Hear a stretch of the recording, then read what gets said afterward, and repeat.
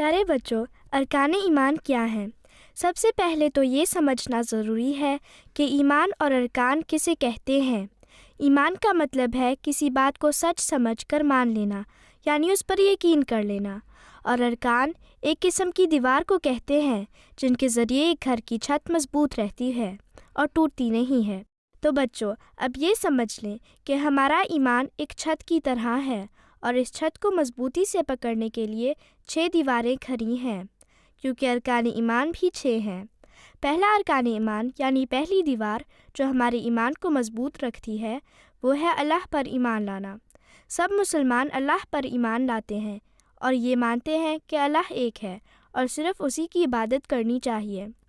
ایمان کا دوسرا رکن ہے اللہ کے فرشتوں پر ایمان لانا۔ فرشتے کیا ہوتے ہیں؟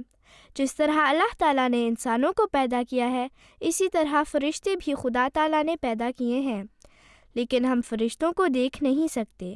اللہ تعالیٰ کے فرشتے وہی کام کرتے ہیں جس کا اللہ تعالیٰ انہیں حکم دیتا ہے۔ کچھ فرشتے اللہ تعالیٰ کا پیغام انسانوں تک پہنچاتے ہیں، تو کچھ دوسرے فرشتے لوگوں کے دلوں میں اچھی باتیں ڈالتے ہیں۔ ہمارے ایمان کا ایک اور رکن ہے کہ اللہ کے رسولوں پر ایمان لانا۔ بچوں، آپ کو پتہ ہے کہ رسول کسے کہتے ہیں؟ خدا تعالیٰ کے پیغام کو بندوں تک پہنچانے والے کو رسول کہتے ہیں۔ خدا تعالیٰ اپنے رسولوں کو اسی لیے بھیجتا ہے تاکہ وہ لوگوں کو جو خدا تعالیٰ کو بھول جاتے ہیں اور برے کاموں میں پڑ جاتے ہیں، ان کو پھر سے اللہ کے قریب لے کے آئے، جیسا کہ ہمارے پیارے نبی اور رسول حضرت محمد صلی اللہ علیہ وسلم نے اللہ تعالیٰ کی پیاری باتیں ہم تک پہنچائیں۔ ہم مسلمان اللہ کی طرف سے بھیجے ہوئے 1,24,000 نبیوں پر ایمان لاتے ہیں، یعنی تمام نبیوں پر جو اللہ نے بھیجے ہیں۔ اگلی دیوار جو ہماری ایمان کو مضبوط کرتی ہے، یعنی ایمان کا چوتھا رکن ہے اللہ کی کتابوں پر یقین رکھنا۔ ہمارا ایمان ہے کہ قرآن پاک خدا تعالیٰ کی کتاب ہے، اور یہ کہ قرآن پاک ہمیشہ کے لیے محفوظ رہے گا اور اس میں کوئی بھی تبدیلی نہیں آ سکتی، یعنی کوئی بھی اسے بدل نہیں سکے گا۔